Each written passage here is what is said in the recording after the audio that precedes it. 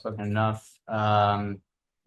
Thank you so much, Rav Bezalel. And if I missed anything in the introduction, please. There's a pasuk, katonti mikol hasadim. So that the more chesed you pour down on me, the smaller I become. Yeah, the Hilula of the Yitzchak Gloria. It's also the yard set of my grandmother, Sarah Guevara, but Kaika Bezalel. In fact, many years ago, I went with Rav Yitzchak Ginsburg to Tzvat. We did Hishtadchut on the Kera Ariza, and So Ginsburg from Bitzal? from Chabad. And he's Chabad Mekubal. And unbeknown to me, my maternal grandmother was retired back in Bangor, Maine, as we were there.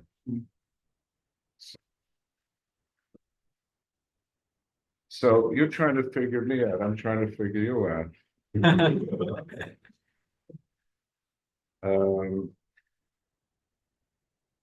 I accepted your invitation,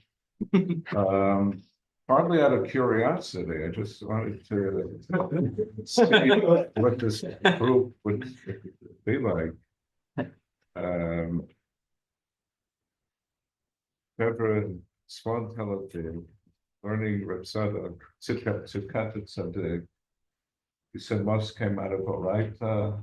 A mix of different yeshivas, some with less yeshiva Some of us background. lucky ones. But Some of us lucky ones. and so that was part of the motivation, just to come to see what you look like. Now, Tzidkat ha-Tsaddik. I'm remembering Ania Katan, many years ago. I was a Shiva Bacher in Israel in Baltimore. I told this to you, to Rich, yeah. And there was another young man, I don't recall who said that his Rebbe told him that he has to study Tzidkat ha-Tsaddik. And he asked me if I would partner with him. We would have a Charusa.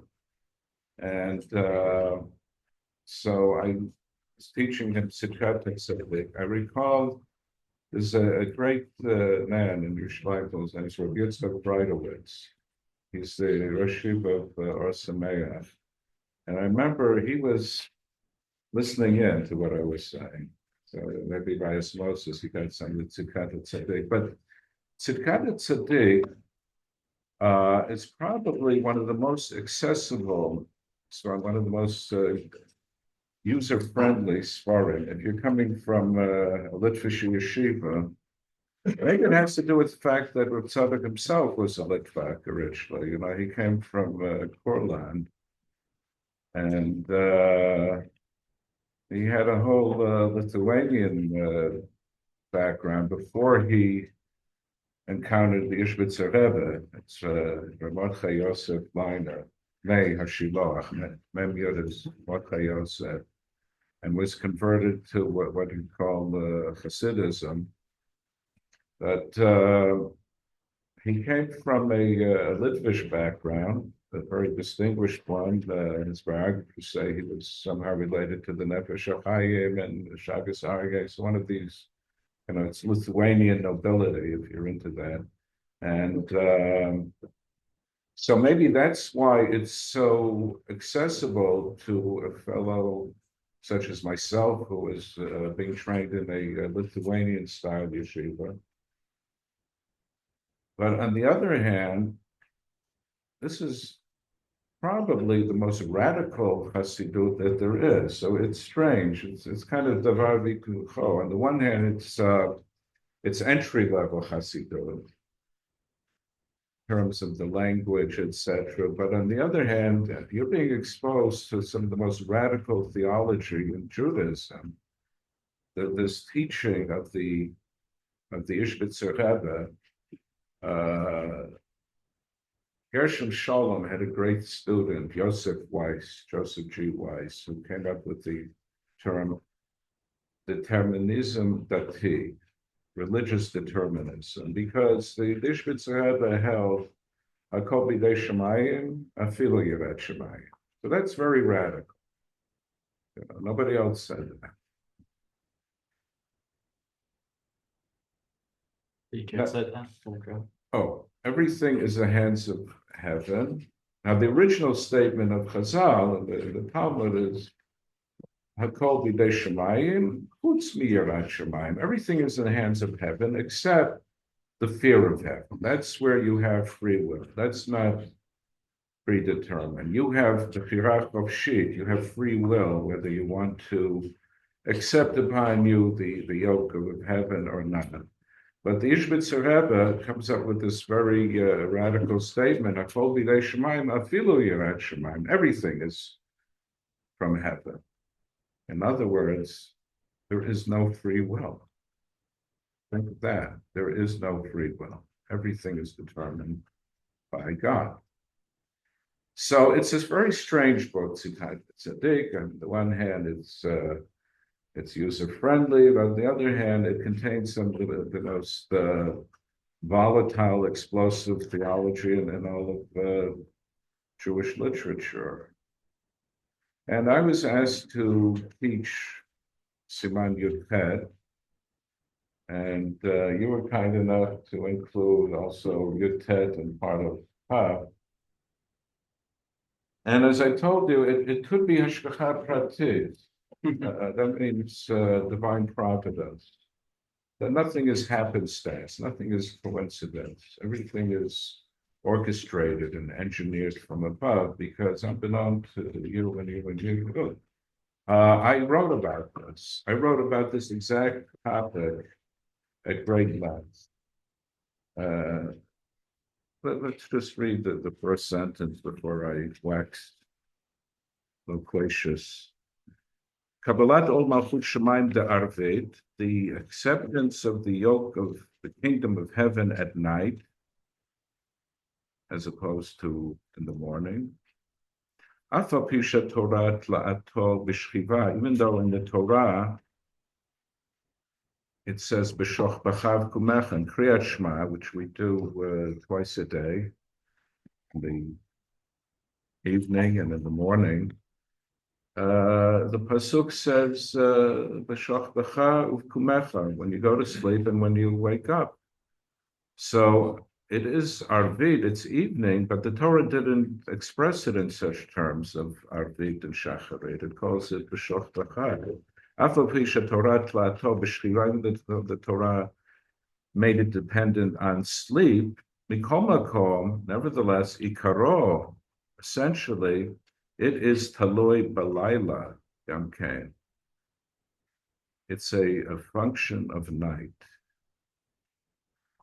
Rak sheder shchiva balayla nakat kenkra. But since we know that generally people sleep at night, they're awake by day, so the Torah used that expression of shchiva, ki shchiva miyuchedet lalayla, she'eno zman pe'ula, because sleeping is specific to night, which is not the time of activity. Afilu i'ika inshe deganu hayom eno karoi shchiva, even though there are people who sleep by day, a minority, most sleep by night, but there are some people, if you're a night watchman, you sleep by day, right? But it's not called shchiva. That's Aramaic. Even the people that sleep by day, day is not called shchiva. Because day is reserved for waking and for working. And then it gets into a very complicated discussion of Sugyan Masechet Brachot, which I'm not going to go into, but there's a huge question here. And the question is, why did the Hazal transform this mitzvah? It's a mitzvah to say min Torah. It's a positive commandment. Kriyat Shema twice a day, the evening and the morning. Why did Hazal translate it into night and day? Why not leave it at face value? You know, in the Torah Shebechtav, it says B'shochvachav kumecha. And this is a question that I dealt with in my writings, and you said that everybody is. I sat around the Okay. the journal article. Yeah. So you saw there the Rambam. The Rambam in Hilchot Kriyat Shema, immediately in Perek Aleph, he is Shriva is Laila, Shema is Yom. So immediately the Rambam translates it out from sleeping and waking to night and day. That's immediate in this. The Rambam is the yeah. If we can flip that question, kind of. Mhm. Yeah. Obviously, Chazal, yeah, it comes to the conclusion, Chazal understood the Torah, and they know that Shkiva is Laila, because in this context, but the Torah knows how to use Laila and Yom. And why doesn't Hashem? What do we learn from the fact that Hashem used the words in the Torah? Yeah, okay, this so- mitzvah? They could have said Yom Laila. Yeah, okay. So if you take a look in Brachot of Yud Aleph, Amud Aleph, there's a Mishnah. It's a machloket between Beit Hillel and Beit Shammai. So Beit Hillel says, "Adam korei kedarko." In other words, you can do it sitting, you can do it standing. The Torah does not insist on a certain bodily posture. That's Beit Hillel. But Beit Shammai held that Be'erev, at night, you have to be reclining, sitting, and by day, when you say Kriyat Shema in the morning, you have to be standing. And then there's an anecdote. Rabbi Tarfon says that Sikanti batzmi mipnei halistim. I was traveling on the way, and I wanted to observe the halacha in conformity with the opinion of Beit Shammai. And I endangered myself because listim are robbers or highwaymen. And the Chachamim said, "Kedai hayita lachub ba'atzmacha. Magia lacha, you deserve that." Because halacha is in accordance with Beit Hillel and Beit Shammai, and you were over on the opinion of Beit Hillel, which is the accepted halacha, and therefore magia lacha, whatever happened to you, you had coming to you. There's a midrash, Shira Shirim Rabbah, beginning,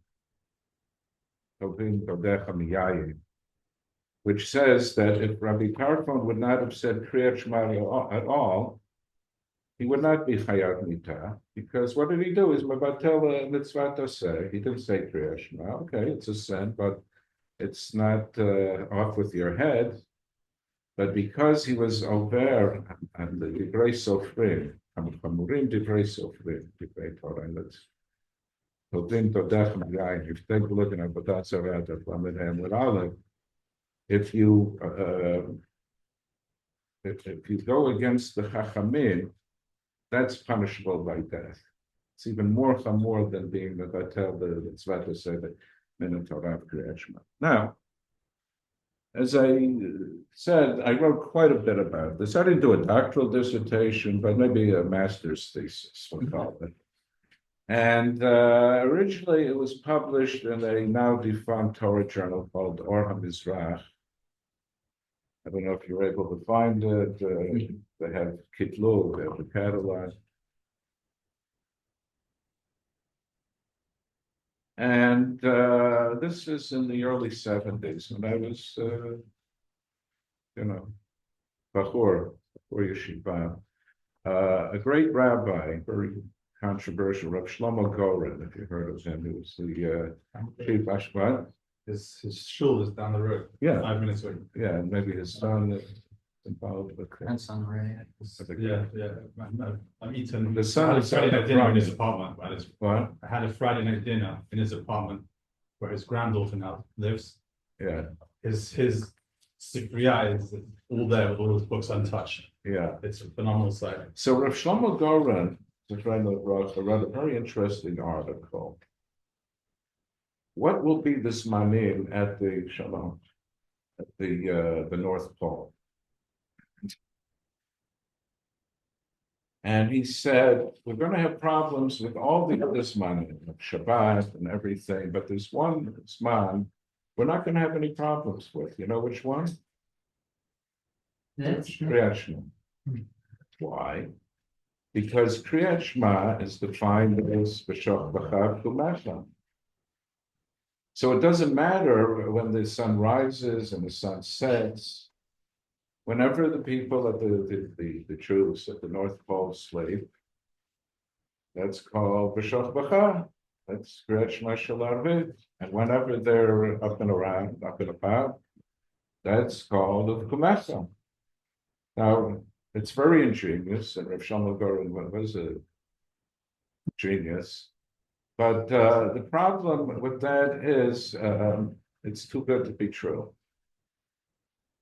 This was my counter argument, because you see what the Rambam did right away when you come into Kriyat Shema Halacha Aleph.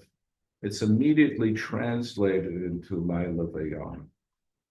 So while Rav Goren's solution is very ingenious, I don't believe that it's what we call it in yeshivish oisgehalten. It's not the accepted halacha, and the problem remains. You'll have the same problem with Kriyat Shema that you'll have with Shabbos or other mitzvah. So that was an article in Orah Mizrach. Now, some of the material from the article got incorporated into the Sefer Reshit Oni, which was published in Tavshir Lamed Hey. So what is it, the 50th anniversary now from Ayin Hey from Lamed Hey to Pei Hey. It's the 50th anniversary of my Sefer Reshit Oni. I'm going to invoke Brisk. Maybe it's Reb Chaim Brisk. So many of these things are apocryphal.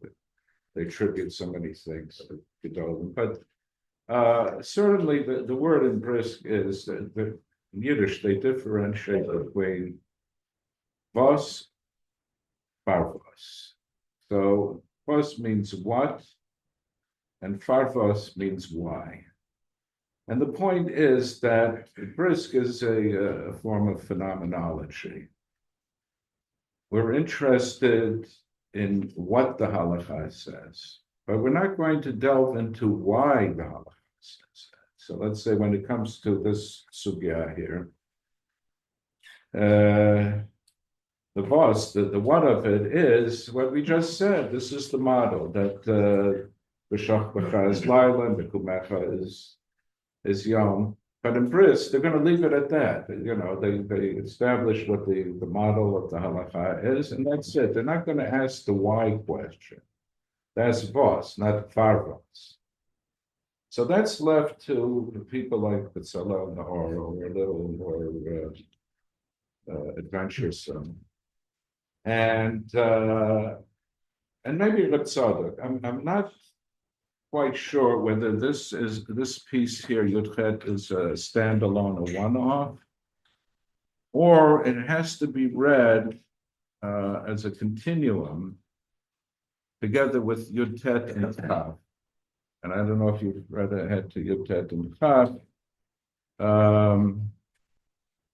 Maybe we'll read a little of Yudtet and chap, and then we'll come back to what I was discussing. Yudtet starts, B'chol inyanim aseh chalukat zmanim שמוטבעים בעולה, בהנהגתו, הם גם כן אצל השם יתברך. All of the times that we observe down here on planet Earth, that God has. כמו שאמרו בפרק הרועץ, it says at the 9th perek of Brachot, מלכותה דרקיעה כמלכותה דארעא. The kingdom of heaven mirrors the kingdom of earth.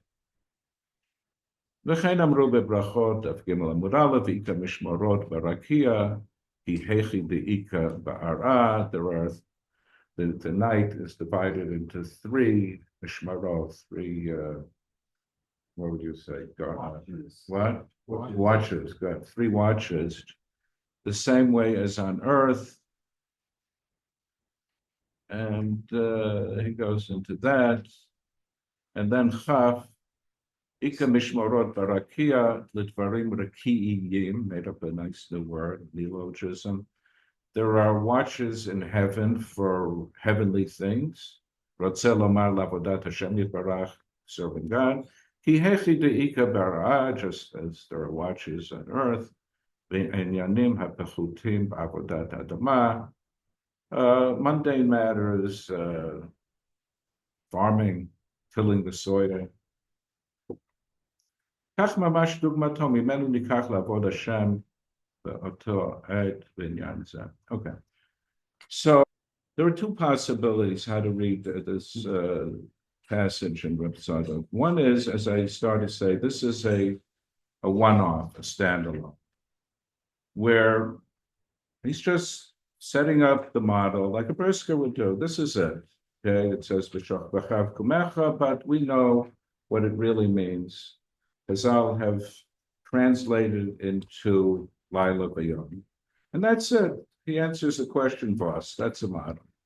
The other possibility is that he's actually getting into the Farvos, into the why of it, and that this is not a self-contained unit. It should be read as a continuum, or I call it a cluster. And it's reminiscent of the Derech Hashem of Ramhal that I have in my Sefer Reshit Oni, which you said you shared with them. By the way, I'm going to ask a question now, since everybody else asked a question. I'm going to ask a question. Rav Tzadok read everything until his time. Why does he never quote Ramchal? And many times his thoughts dovetail with Ramchal. Why does Rav Tzadok never quote Ramchal? Censorship? What? Censorship? I believe, and I published this, I'm not afraid to go public with it. I believe that Rav Tzadok accepted that Rav Moshe Chaim Lutzar was a crypto-Sabbatean. Ramchal was accused of that by 2 men, at least 2 men. They worked in tandem. One was Rabbi Yaakov Emden, and the other was Rav Moshe Chachiz. If you read Lisheva Kalban's The Pursuit of Heresy, it's a biography of Rav Moshe Chachiz. So the 2 of them, Emden and Chachiz, and there were others, but they would have been the vigilantes. They persecuted Ramchal. Eventually, Ramchal was forced to leave Italy. He goes to Amsterdam. We now know what he was doing there. He became an Izhbitser, which makes sense because they're good etrogim from Italy. He was an Italian, and now he's in Amsterdam. So he became an etrog merchant, and was in Amsterdam for a while, and from there went to Akko. He and his family succumbed to plague almost immediately upon arrival, and he's buried in Kfar Yasiv, which is outside of Akko. Another man who will never mention any of the Sfarim of Ramchal is the Chida, Chaim Yosef David Azulai, who is a great bibliographer, Shema Dolim, who visited what would become the Bibliothèque Nationale. That time it was the Royal Library in Paris, and he would go from land to land checking out libraries, and also it's a fabulous bibliographical building. And none of the Svarim of Ramchal appeared there. Why not? This I can document. The Chida spent time in the home of Rabbi Yaakov Belilius in Venice. He was the Rosh Beit Din in Venice, and he was one who was persecuting Ramchal. And the Chida was ben bayit by this Belilius for a while in Venice, and accepted Belilius's version that Ramchal was a crypto-Sabbatean. I'm trying to explain what that is for a second. For that, yeah. Yeah, so Crypto-Sabbatean, what Rav Bezalel is possibly suggesting is Shabbatai Tzvi was a false messiah who was around which century? Which century was he? Oh, it's in the 1600s. Yeah, he passes away, I think, in 1670, and his prophet Nathan passes away 10 years later in 1680. Come up on that. But I'm going to tell you that besides working on Rav Kook, I also worked very much on Shabtaut, and I have a couple of books. One is called Post-Sabbatian Sabbatianism, and another one is called Caught in the Crack, Encounters with the Jewish Muslims of Turkey, because what happened was Shabtai Tzvi converted to Islam. He was forcibly Islamized by the Sultan. This was in Edirne. And some of his people followed him. And so in Turkey today, they're what's known as Dernmeh, which is a pejorative term. They refer to themselves as Ma'aminim. We're the Minim who rejected Shabtai Tzvi, and the Ma'aminim who are faithful to Shabtai Tzvi, and they are outwardly Muslim and inwardly Jews. So let's say in the Iberian Peninsula, in Spain and Portugal, you had what they're called Moranos, or island of Mallorca called Chueta, in Catalan, which means pig. It's not a we call them now conversos. We don't call them Moranos or Chuetas anymore. We're smarter. But so those people were outwardly Christian, Catholic, and inwardly Jewish, and these Dulmeh, outwardly Muslim and inwardly Jewish. So that's something that's interesting. Rav Tzadok will never mention Ramchal, even though sometimes their thoughts coincide. And earlier, the Chida, Great Gaon, Ein Yosef David Azulai, will not mention any works of Ramchal and Shema Dolim, his bibliography. And this anecdote I learned from a sefer of his called Magal Tov. It's his travelogue. It's a diary that he kept in his travels. It's called Magal Tov. It was published by Reimann. And in there, I learned that he had spent time in the home of Yaakov Belilius, who was the Rosh Beit Din of Venezia, which had caused Ramchal indescribable suffering. So the passage in Derech Hashem that I put into Reshit Onim talks about this stuff, what you're getting in Yotet and Chav, that the cosmos, there are these different times. So as I said, there are two ways to read Rav Tzadok. Either Yudchet is a one-off, and he just lays down the law, and he's not giving you any explanation, or possibly it has to be linked, there's linkage between Yudchet and Chav, and now he's giving you the Farvos, Allah Ramchal, Derech Hashem. This is why the Hazal did it. Because they wanted a human being to be taken out of the human being's own egocentric universe and expose the human being to the greater universe, from the microcosmos to the macrocosmos. That might be what's going on here. Now, in Reshit Oni, I had another theory of why Hazal did that. And it has to do with what have come to be known as circadian rhythms.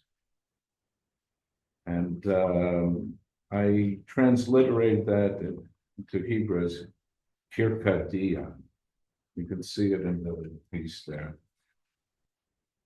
There were experiments done. This is way back in the 70s when I was a Yeshiva Bacher, where there were caves in the south of France, and there were people who volunteered as guinea pigs, and they were cut off from all contact with the outside world. They didn't have any timepieces, and they were left to their own resources. And what came out of it was some of them would sleep for 12 hours and be awake for 12 hours. In other words, they were no longer subject to Yom V'Layla.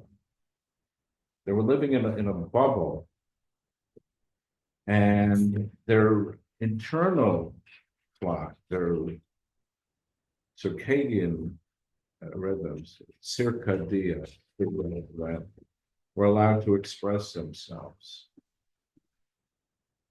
So I think what Hazal might have had in mind when they did this was, why do we sleep when we do? Why are we awake when we are? It's because of the external. It's because of the Yom V'Layla. Because if we were left to our own resources, if we were cut off from day and night, which is governed by the sun, we wouldn't be sleeping when we do. We wouldn't be awake when we do. And the reason that we're asleep at this time and we're awake at that time, it's because of Yom V'Layla. That was my solution to it. In other words, Hazal got to the root of it. So it's different than when you're getting in Derech Hashem and Rav Tzadok, at least one reading Rav Tzadok, is that Hazal wanted to take you out of your ego and expose you to the, these Gimel Mishmarot Havelayla and ha-Tsaddik, all of that. This is Rav Bezalel Naor's approach. It's a scientific approach, assuming that Hazal had this knowledge at that time, that they knew if somebody was cut off from the outside world, they had no exposure, then the Shrivat Kima would be different. And the reason that the Shrivat Kima are when they are is because of Yom V'Layla. Okay, that's what I'm willing to do here, and now you can fire away and. I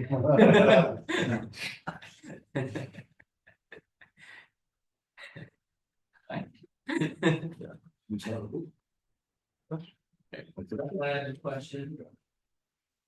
Yeah. You said that it might be better to read Yud as a group with Yud than chapter. Yeah. But Thank you. in the chapters leading up to Yud there's a few that are also related to Yom V'Layla. Last week, Yud Zayin.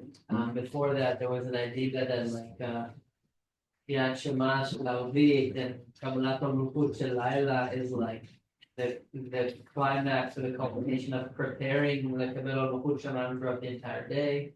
Would you say there's other pieces that are related in your view, like before you? So, where I'm staying, I don't have it Tzidkat and Tzaddik. You sent me Yud in part of chap, but I went to HebrewBooks.org, which is the Lubavitch library, and I read the pieces preceding. I also read all of chap.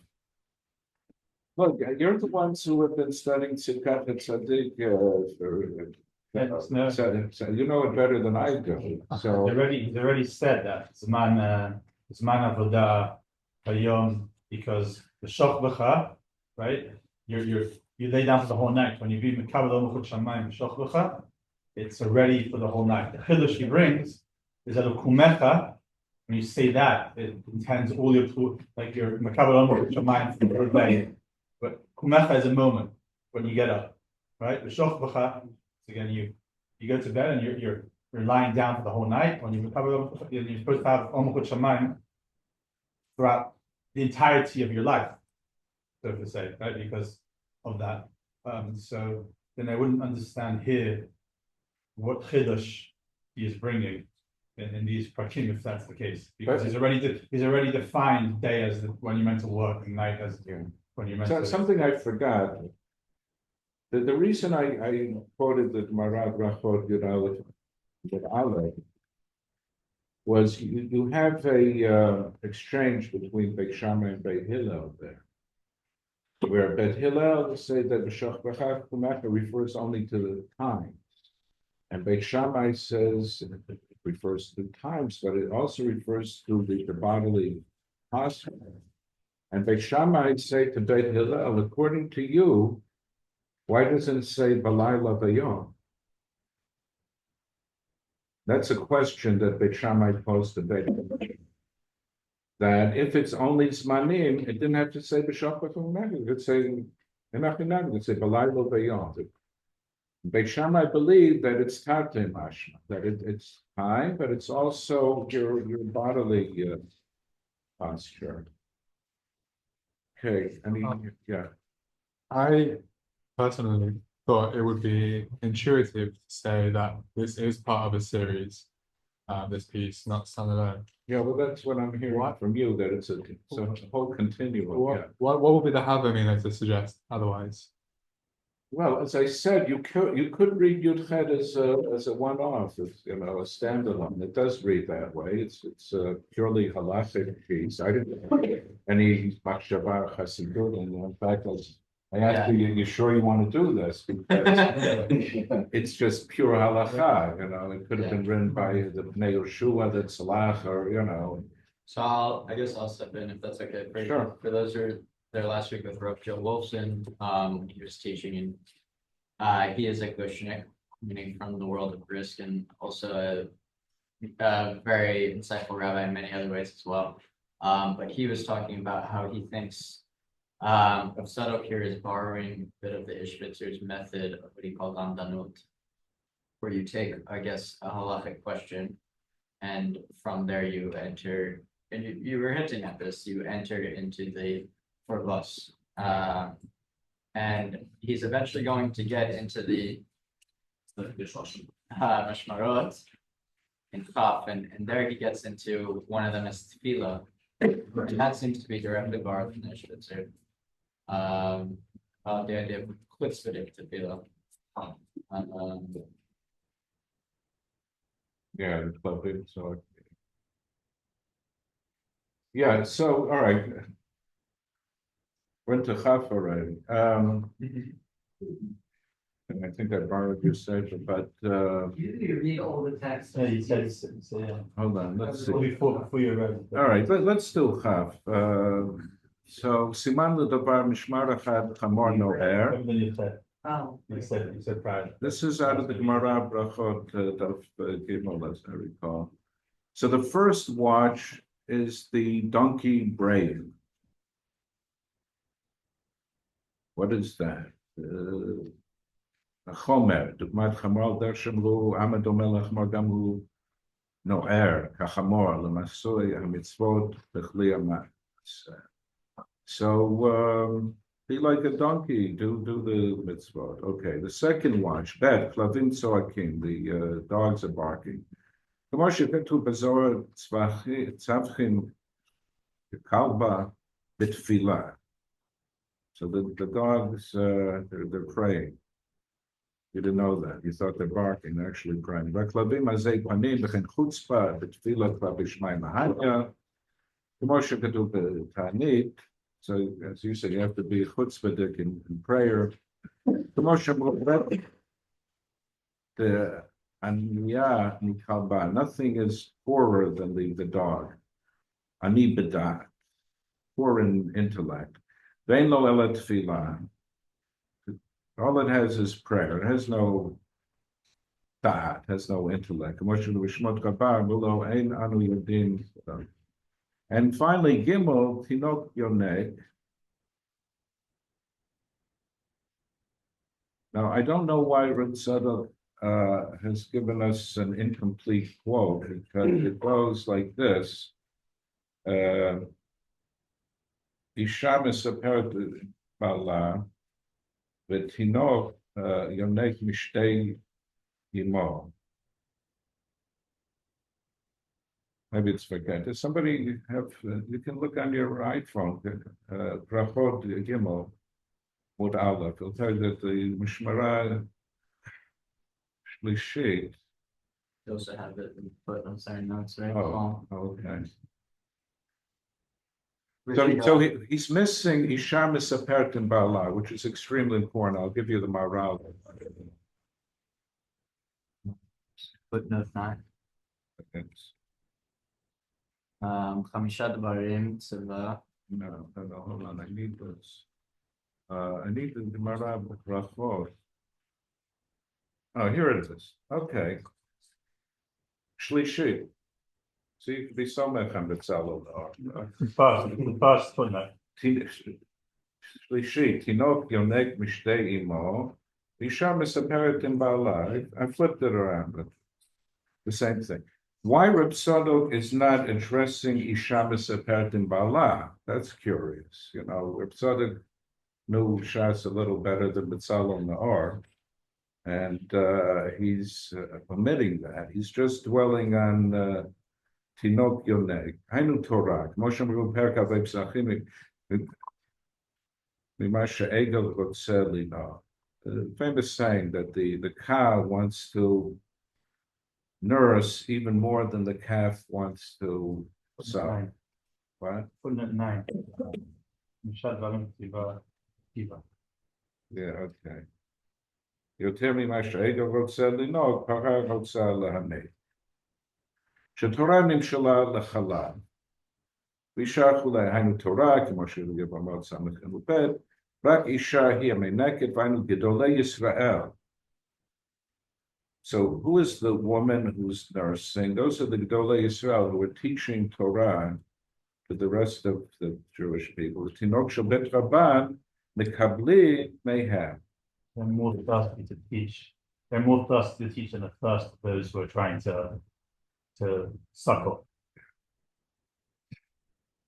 So let me share with you the Maharal.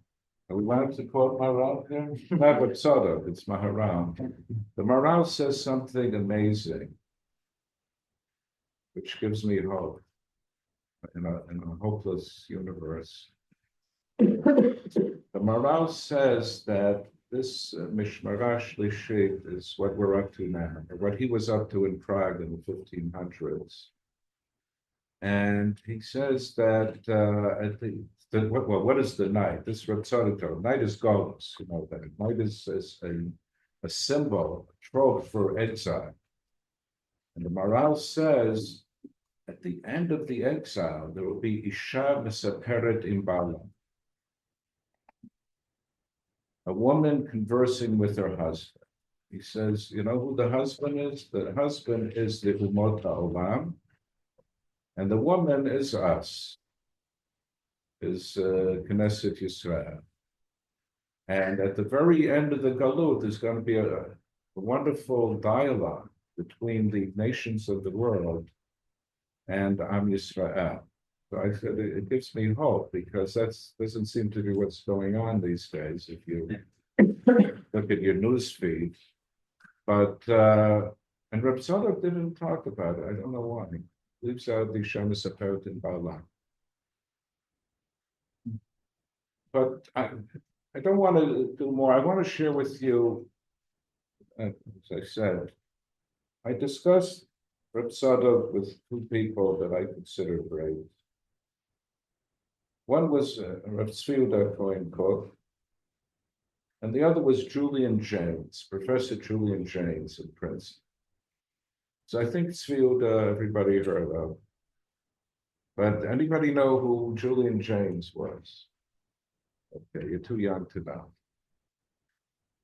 back in the 70s, Julian Jaynes came out with a thick tome, with a very unwieldy title, The Origin of Consciousness and the Breakdown of the Bicameral Mind. Despite that title, it made its way to the New York Times bestseller list.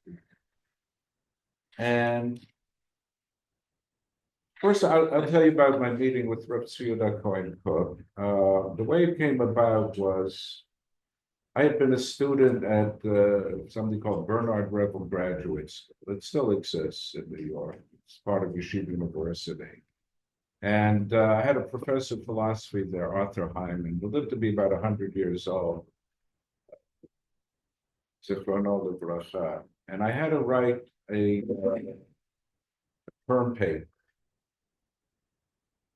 And I wrote on Rav Kook's Orot HaTshuva, which Rav Yosef Dov Halevi Soloveitchik considered Rav Kook's greatest work.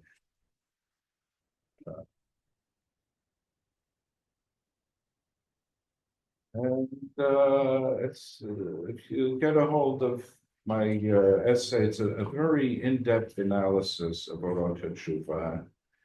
And it went through a few printings. It first appeared in Sinai. I think that still exists. It's a journal, very important journal. It came out of Mossad Rav Kook. Yitzhak Raphael was the editor. Then it showed up in a memorial volume for Chayal, who was killed.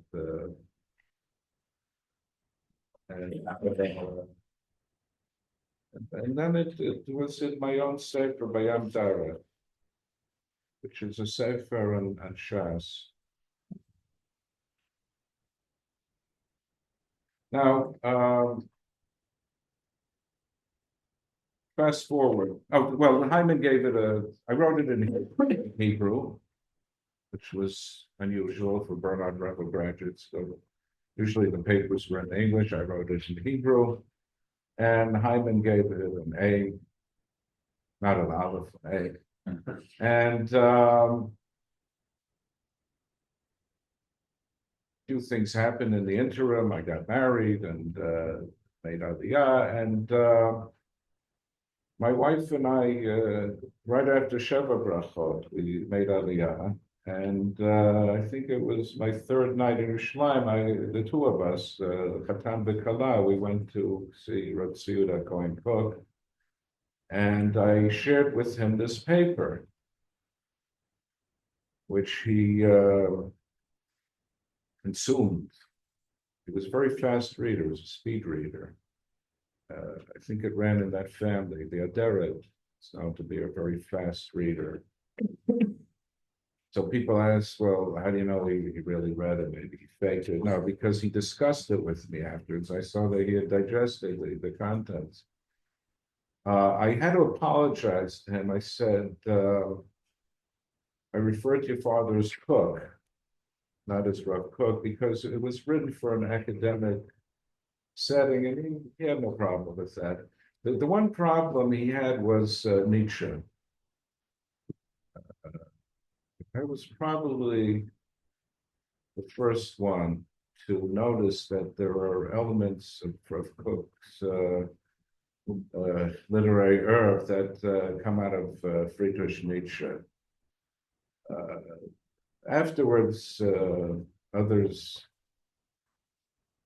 jumped in, but I was the Nachshon, really. There's a fellow, Jason Rappaport. He studied in the Gush.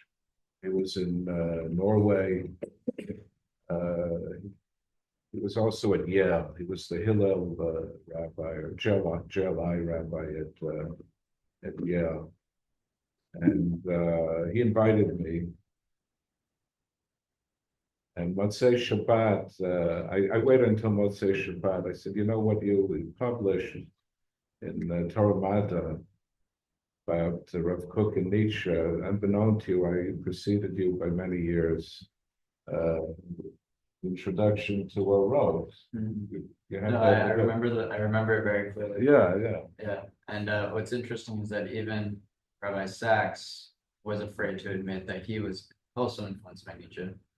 Jonathan? Yeah, Jonathan Yeah. Sachs, even though he was already many years after Rav Kook. So yeah, I guess it hasn't disappeared yet.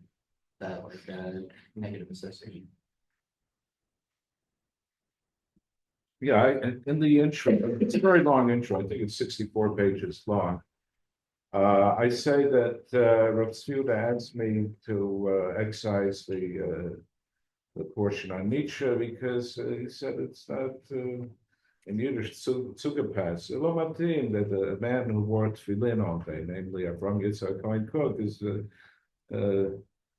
B'dura Achad or B'chitza Achad with Nietzsche. But Did he agree? what? Did he agree that the influence was there? Okay, so if you read the introduction, you'll get the surprise of your life, or at least I did. After Rav Tzvi's passing, it was published Tzemach Tzvi. There's Igrot Rav Tzvi, like this Igrot Raya, these are Igrot of Rav Tzvi. Now there's Krach Bet. I just bought yesterday in Moriah and Rova the Krach Bet, which is very disappointing because Krach Aleph was full of surprises. You're going to hear one. Krach Bet is very disappointing, but so I'm reading Tzemach Tzvi, and I opened up a certain page, and the German word Sklavenmoral jumps out at me, where Rav Tzvi is quoting Nietzsche. Rav Tzvi probably knew Nietzsche by heart in the German original. I'm not sure how his father came to Nietzsche. Nietzsche was very popular in Eastern Europe. I've seen Yiddish translations of Nietzsche. So it's possible that the father came to Nietzsche on his own, or it's possible that his son enlightened him, because Tzvi knew Nietzsche code. Now, in the paper, it's called Stonot Nasor Kizachuyot B'Mishmato Shel Rav Kook, that willful, intentional sins become unintentional. Stonot Nasor Kizachuyot, that sins become like mitzvahs, like merits in the teaching of Rav Kook. There's a whole section on Rav Tzadok. That's why I'm telling you this, because it's really not about Rav Kook, it's really about Rav Tzadok. And as I said, you can get a hold of this essay that was reprinted time and time again.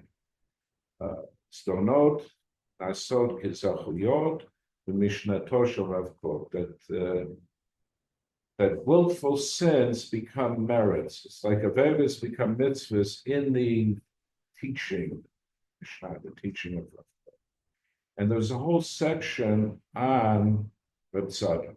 And Rav Tzvi discussed with me his father's relation to Rav Tzadok, and that's why I'm telling this whole anecdote.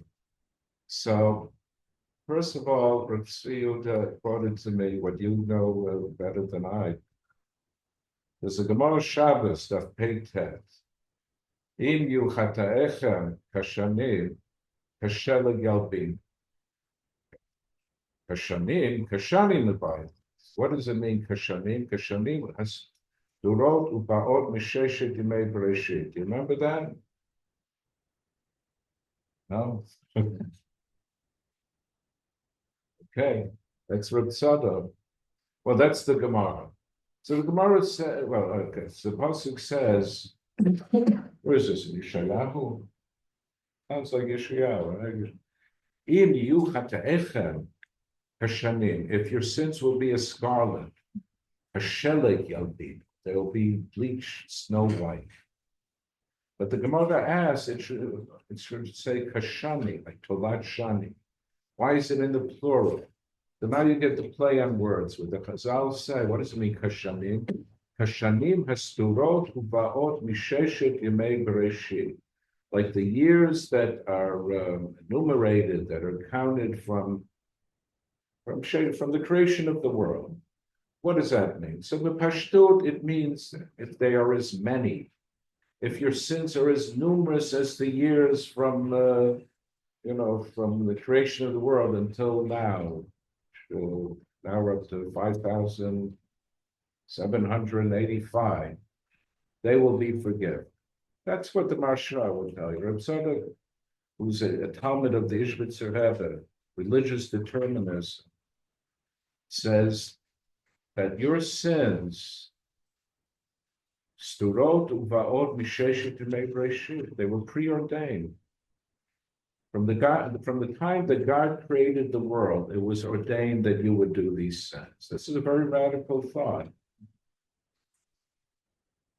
So you think that you have free will and that you did it voluntarily? No. Hashanim hasturot uvaot misheshet yemei breshit. So Rav Tsevi Yehudah quoted that to me. And I'm going to you, and I thought it would resonate with you. That's a teaching of Rav Tzadok. And Rav Tsevi Yehudah said that his father, well, if you study Orot HaTshuva, you're getting some of that in there. This idea that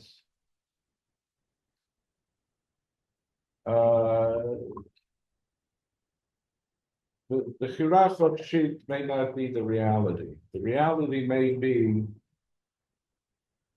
Rabbi Akiva says, a kol tzafoy v'reshut netunah. The Rambam said, that's in Pirkei Avot, a kol tzafoy, everything is foreseen, but hareshut netunah, they are free will. And then that's Rabbi Akiva, and the Rambam in Perush Mishnah says that it's matim, that this would be the great Rabbi Akiva who says it, because it's such a profound teaching expressed in 4 words. We could write poems on this, and it's all encapsulated in 4 words, a kol tzafoy v'reshut netunah. But now we have people like the Ishbitzer, Rav Tzadok, and Rav Kook, and Orot HaTshuva, who are saying hakol tzafoy, and it may not be hareshut netunah. And Rav Tsevi Yehudah said that his father, Avram Yitzhak Cohen Kook, was aware of the similarities. It's like Shnei Nevim mitnabim b'signon echad. But Rav Kook Senior said that Rav Tzadok presented. He said, "בעצם אנחנו אומרים אותו הדבר, אבל הוא אומר את זה בצורה יותר רדיקלית." He expresses it in a more radical fashion, Rav Tzadok. Now, I've shared this with many people, and they told me they think it's punkt verkehrt, that Rav Tzadok is more subdued, and the Rav Kook statement is more radical. But that's what Rav Kook thought. There are also people who insinuate that Rav Kook stole from Rav Tzadok. Rav Kook did not steal from Rav Tzadok. He had these ideas before he was exposed to Rav Tzadok. But so that's something that I'm sharing with you from Rav Tsevi Yehudah, quoting his father, that, I know that we're saying the same thing, but Rav Tzadok expresses it in a more radical fashion. I want to go to Julian Jaynes. You heard about his book, but you don't know what it's all about. This would have been around 1990. I published something called Lights of Prophecy. It has a hechshera, the OU, an OU NCSY book. Pinchas Stoker was the head of NCSY. He was a Wagnerian. In fact, he translated some of the Hasidic into English. You're also interested in Rav Hutner and Hasidic? We start a little learning thing before I'm Untitled. Yeah. And there's a lot of Rav Tzadok in there. And the historiosophy of Rav Tzadok. And I don't know whether you've come across this. It might be in the other Sfarim. Rav Tzadok wrote so much. Maybe it's not in Tzidkat. Well, what does that word mean? Story. It goes like this. Rav Tzadok notices that there are parallel civilizations, and that the developments that are going on in one civilization are mirrored in a contemporary civilization. For example, Rav Tzadok will show you that in Greece, they went from mythological thinking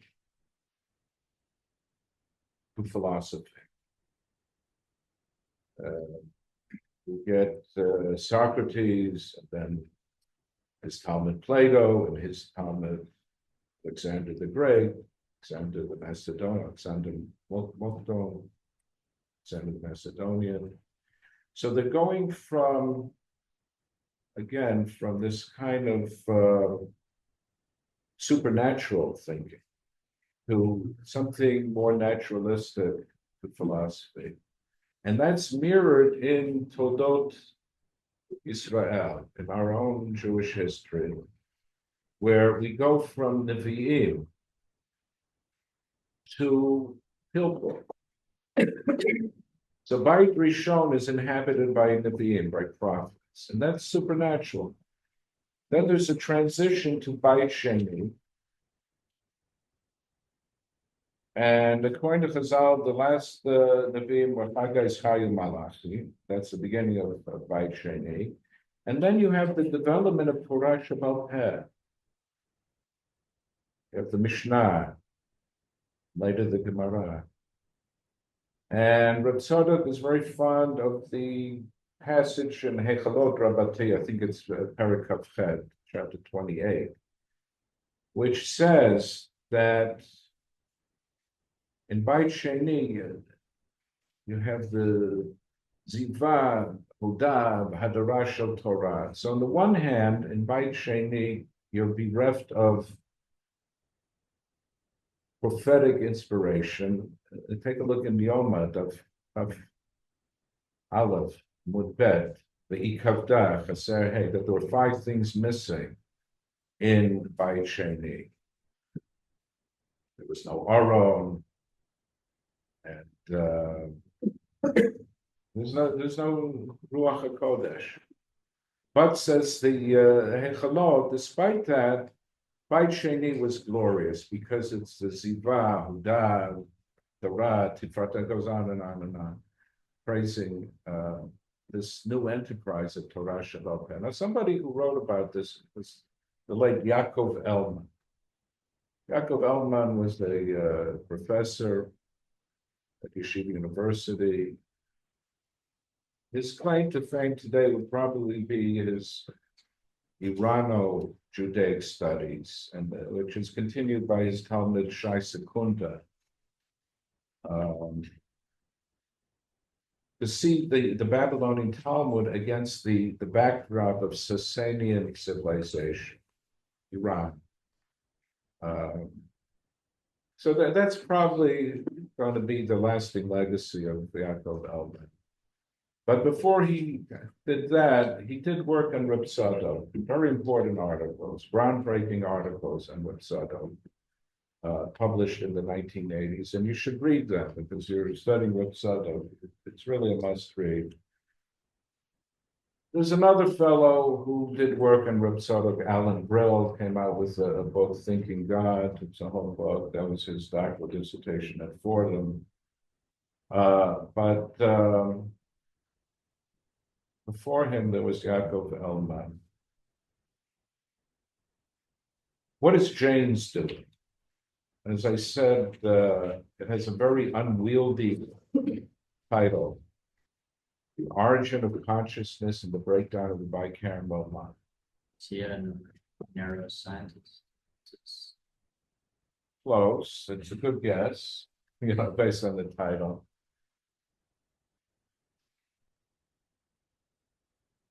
I'm something of a chassid of Jaynes. I actually, like Russ was go to Uman. I went to Princeton to meet Professor Julian Jaynes, who sat in the seat of Albert Einstein. He's very proud of that he sat in the seat of Einstein. Not that he was not a physics scientist. He was a psychologist. And what Jaynes is selling is that around 500 BCE, something happened to our brains. And, there's left hemisphere and right hemisphere. And there's a body connecting them. It's called the corpus callosum. It connects the two hemispheres of the brain. Jaynes believed that is a modern development, the corpus callosum, where our two hemispheres can speak to one another, can converse with one another. And before that, each hemisphere was on its own. And in the right hemisphere, you had what we would call nidwa. You had these voices. And he traces to a couple of civilizations. Jaynes told me that his father had been a Protestant minister, was a Bible scholar. So Jaynes knew Bible pretty well in English translation. He dabbles a little in the Hebrew. He says that there were these people who were nabaing, lehit nabeh. So in English, in the book, if you get the book, they were nabaing. Nevi'im. Prophesizing. Yeah, nabaing. Yeah. He knew that much Hebrew, not too much more. And then it stops. For some inexplicable reason, it just stops. There's no more nabaing. And people become there's no more voices. I'm not hearing voices. So he goes through Hebraic civilization, he goes through Greek civilization, and then Rav Bezalel Naor shows up at his door, knocks on the door of his office, and shares with him an English translation that he could follow writings of Rav Tzadok. And Jaynes is reading it amazing. He's devouring it, and he keeps asking me, "Who is this man? When did he live? Where did he live?" And I have to explain. Well, he passed away in 1900. He came from Korlan, from Latvia, and then he goes to Poland, and he dies in Lublin. And he said, "I just can't believe what I'm saying." If he knew Yiddish, he would have said, "He got my whole Yiddish." But Tzadok HaKohen anticipated everything that's in Jaynes's book.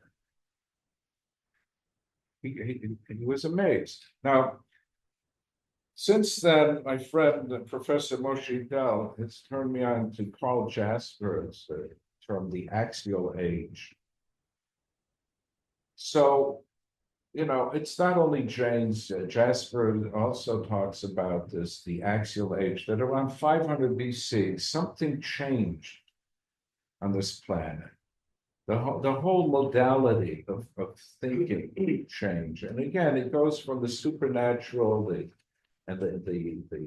mythical, mythological, to the rational. We saw that in we had that. We went from Nevi'im to Chachamim to Torah Shebal Peh. And the last time I looked, there's a Jaynes Society which maintains a website years after his passing, his disciples. You can go online if it's still there. Jaynes told me that he wants to further this study. He didn't live too much longer after I met him. But he told me that he's assigning it to his students to go into Mesoamerica, like into Mexico, to go into China, to prove that it was the whole planet Earth. Something shifted. And we came out of that meeting practically arm in arm. It was a real yedidut. And when we came out, on the other side of the door was a student with a yarmulke on his head. And I could see that he was beaming with pride because he saw the great professor Julian Jaynes with the rabbi. He didn't know the rabbi's name, and he was immensely proud. You know, it's like a Kiddush Hashem. At that time I taught at Riggs. That's Rav Yitzchak Theological Seminary. And can you underline, sorry, what it was, the connection that you saw in Rav Tzadok? Is it the sugya that you mentioned earlier? So evidently it's not in Tzidkat ha-Tsaddik, but it's everywhere else in Tzadok's writings and the pre-Tzaddik and all the other svarim. This idea, this transition, and that the civilizations mirror one another. So what was going on in there's a meeting, there's a historic meeting which is described in Masechet Yoma between Alexander and Shimon tzaddik. So Alexander is the beginning. You know, this is philosophy because he's a Talmud of Aristotle, he's a Talmud of Plato, he's a Talmud of Socrates, and Shimon tzaddik is the this Misharei Knesset HaGdolah, the beginning of this mifal of Torah Sheba'al Peh. So they're contemporaries. But this is everywhere. I'm surprised you didn't come across it. It's everywhere in the writings of Rav Tzadok. And Jaynes was amazed how a rabbi lived in Hatfield, Poland, and passed away in 1900, had anticipated this. So it tells you two things. It tells you that Rav Tzadok was very well read when he wanted to be. He wasn't reading Ramhal, if he could help it. But also the brilliance that he could see this pattern. He could see how civilizations evolve in this manner. This is unbelievable. This is brilliant. You know, and especially, as I said, you know, where is he living? He's living in, he's born in Freesport. His father was Yankiv was the head of Freesport, Portland, Latvia, which is a backwater. Then he goes to Ishbitz, not a metropolis, Ishbitz, you know, and then Lublin is a big city, but, you know, it's a fellow who never stepped foot in a university. Jaynes was amazed how, you know, a man with that limited background, limited exposure, had put this together. So I think that's what I wanted to convey. I don't know. Did you want to share a bit about your safer? Oh, so I brought copies if anybody wants to buy it. I've already presented it twice since I'm here in Ramat Beit Shemesh. And also in Yerushalayim, and it's up on YouTube. It's both are on YouTube. So I don't think I'm going to speak about it again. But what I can do is I can hold it up and just briefly tell you sort of aficionados how Rav Tzadok fits into this. Okay, so it's called the Project of Hasidism, and it's bilingual. So you can come in right to left, you get International Hasidut, and the two seminal essays are preserved in the Hebrew original and also translated into English. What are the two seminal essays? So one you just heard is a Project of Hasidism, and the other one is, I'll give it to you in both languages. I'll give it to you in Lashon HaKodesh. I'll give it to you in English. So in Hebrew, it's Mishpat HaTorah u'Mishpat HaMelucha Midrashot Torah Ad Mea Shibawah. And in English, the law of the Torah and the law of the kingdom from Drashot Torah to Mea Shiloach. In addition to the two seminal essays, there are other essays which are English only. There are also genealogical charts, which I thought might help the reader to follow. So there's a chart of Chabad Hasidism, then there's Polish or Congress Hasidism. Kotz Sachachov is one chart. Then there's Gore. And finally, there's Ishbitz Radzin Lublin. I thought that would help people to follow. Should hold it up if that's okay. Sure. See that tree there. Oh, okay. Well, all right.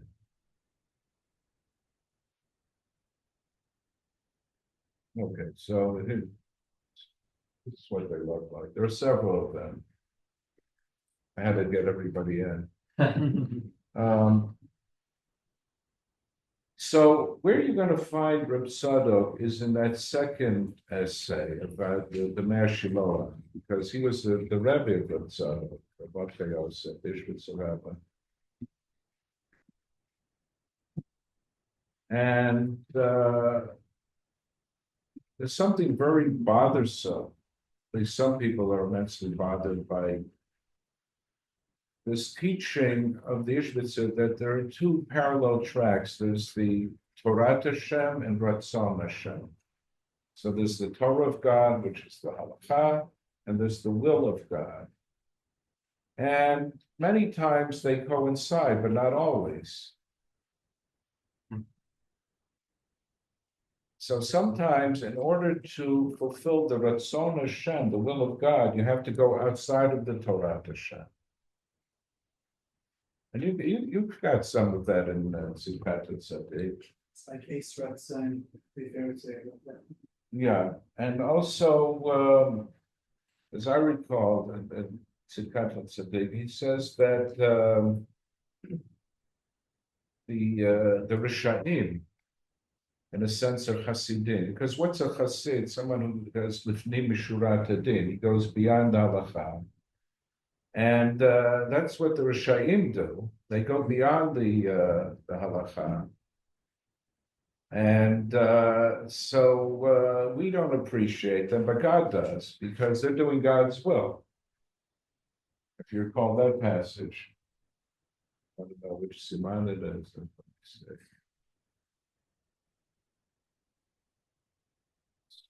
And that features separately amongst the Ishbitzer as well. Yeah.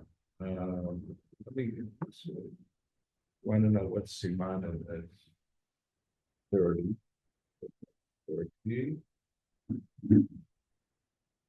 So Rav Tzadok appointed Lublin Tzidkat Tzaddik Siman Kuf. I want to take a look at Siman Kuf.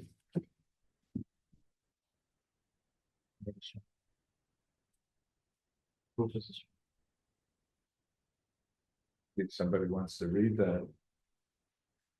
What part of what are we looking for in Siman Kuf? Well, I'll read it to you. וזה שכתוב בחסידך ירננו, ואמרו רבותינו זכרונם לברכה, אלו רשעי ישראל. וכן הפסוק אספו לי חסידיי גדולה. פירוש כי חסיד הוא הנותן משורת הדין להתחסד. What's the definition of a chassid? Somebody who goes לפנים משורת הדין, goes beyond the law. וכן רשע נותן משורת הדין להרשיע. That's what a Russia does. He doesn't stick to the law. He goes outside of it.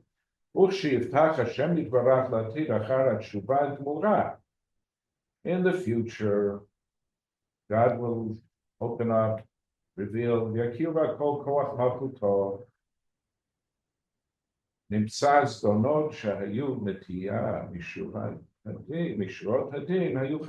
so at that time, it will be revealed in retrospect that all the times we disobeyed the law are really Hasidut.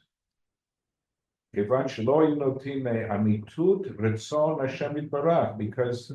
we never deviated from the will of God.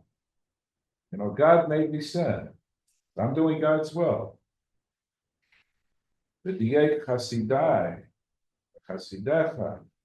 Below Hasidim. רק שאצל השם יתברך הם קרויים חסידים, ולא לעיני בני אדם. So we don't view Rishayim as Hasidim. We view them as Rishayim, but God views them as Hasidim. So this is one. There's a fellow, Shlomo Zucker. I never met him, but we, however you communicate these days, text or whatever. And I let him read this essay where I'm juxtaposing the Ishbitzer to Drashot Haran.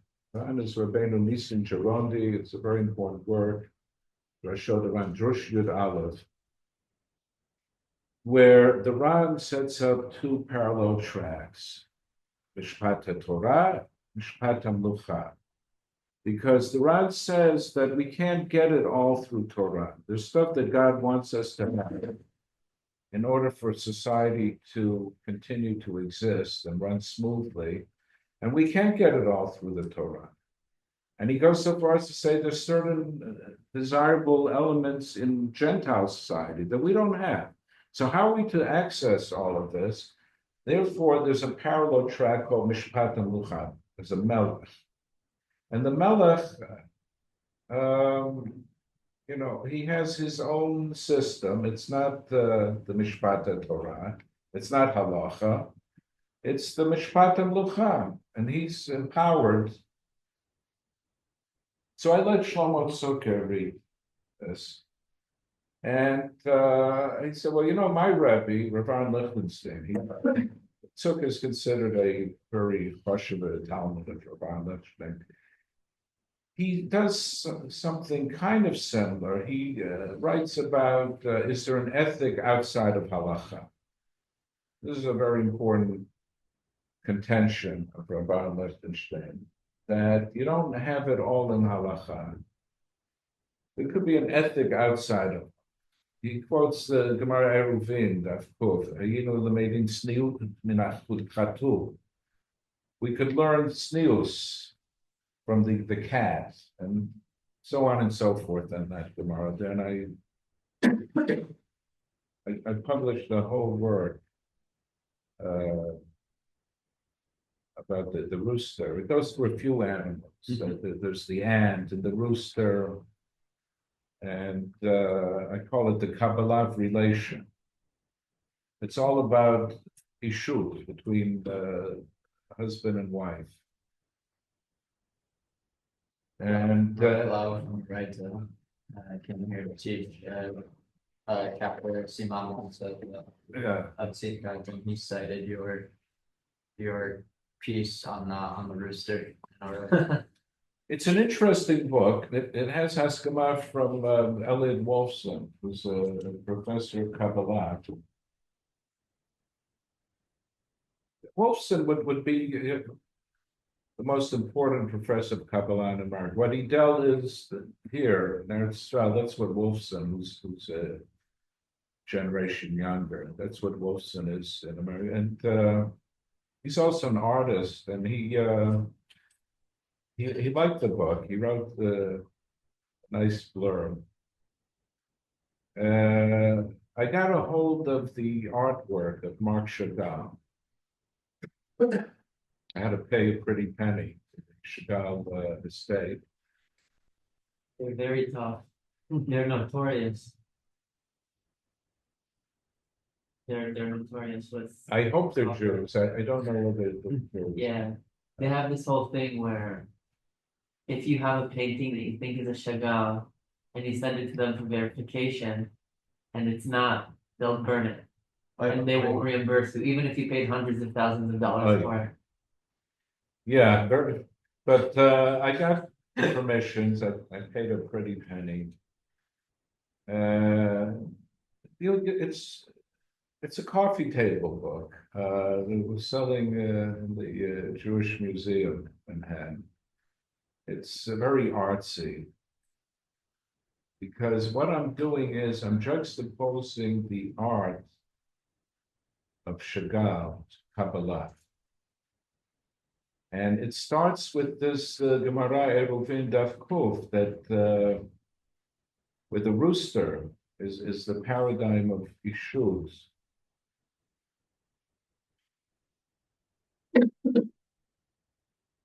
Anyway, don't get me started on that. That's another whole discussion. We could be here all night. But the reason I mentioned is because Rabbi Aaron Lichtenstein wrote about this. Is there an ethic outside of halacha? And he starts with this quote from Eruvin Daf Kuf,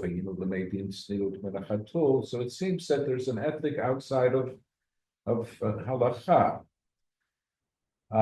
So Zucker said, I read your essay, and it's kind of like Rabbi Lichtenstein, but he said, but it's so weird. You're juxtaposing the Ishbitzer Rebbe to the Ran, Rabbenu Nissim of Girona. And I said, well, I myself was a little puzzled with what I was doing, but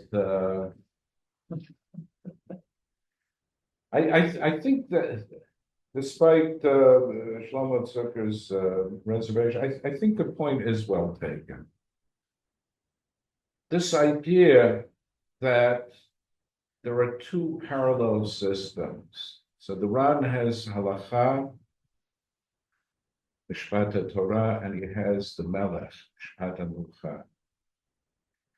And the Ishbitzer Rebbe has Torah Hashem and Ratzon Hashem. We just did that piece, which speaks about the Ratzon Hashem, that even though they're sinning, but they're doing the Ratzon Hashem, they're doing the will of God. And you get that in Rav Kook. As we said, Rav Kook was aware that he saw that in Rav Tzadok they're doing something similar. This very radical theology that secular Zionists are doing the will of God. Machal Shabbos Leprahasya, they eat the Chayfus and Phalis, and then they're doing the will of God. Right? So Farvos and Hashem or the Ishbitzer equivalent to the market of their own, or are they quite different? So that's something very interesting, and that's where Rav Tzadok comes in, because Rav Tzadok says that the whole dimension of, I don't know what to call it, Horat Sha'ah or Ver Lishma, comes out of the Malachim. So for me, this is a great mitzvah when I found that passage in Rav Tzadok, because that told me that I'm on the right track. That the Ran's Mishpat Mucha and the Ishbitzer and the Rav Tzadok's Ratzon Hashem Hainu Hach, they're the same. Rav Tzadok collapses that. Now this is a very important passage in Rav Tzadok. Let me find it.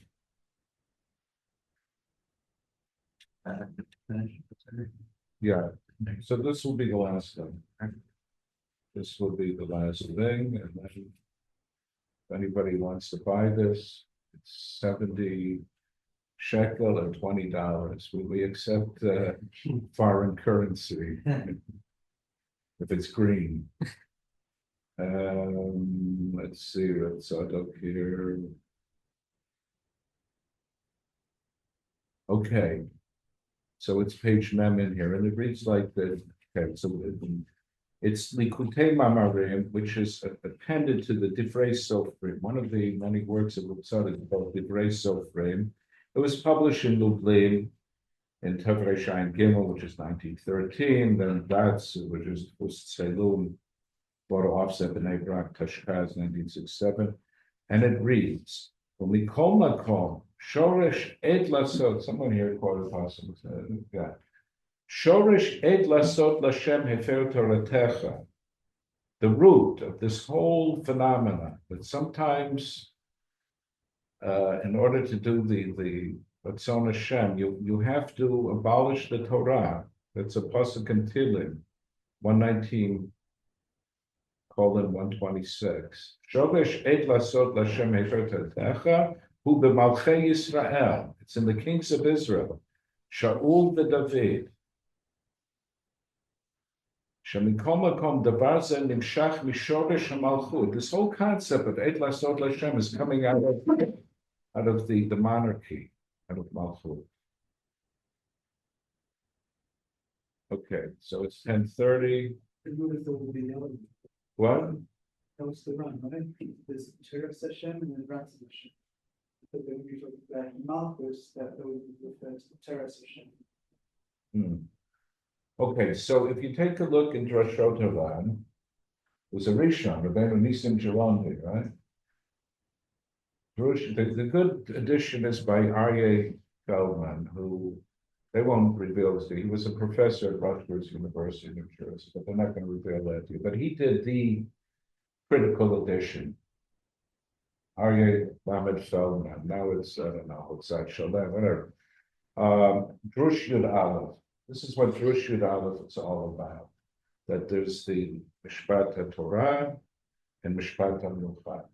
And what I have done is I'm saying that this thing that people find so outrageous in the Ishbitzer, what do you mean that outside of Halakha, this Ratzon Hashem, this was preceded by a Rishon, Rabbenu Nissim of Girona.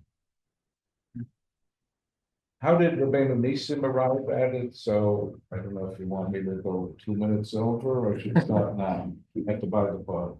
It's up to you. Finish the thought, please. Okay.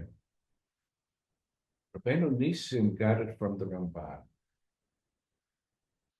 because Kedoshim to you, Rashi says, Habu Prushim in Arayo, but the Ramban says, what does it mean, Kedoshim to you? He says, there's a problem. There's a phenomenon of Naval B'Shuta Torah. He coined that term. This somebody who's a Naval, Menuval, a disgusting, horrible person who is B'Shuta Torah, who is totally halachic. You can't catch him on one seif of the Shulchan Aruch.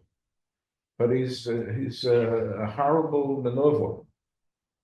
But he knows how to be a novel within the halachic system.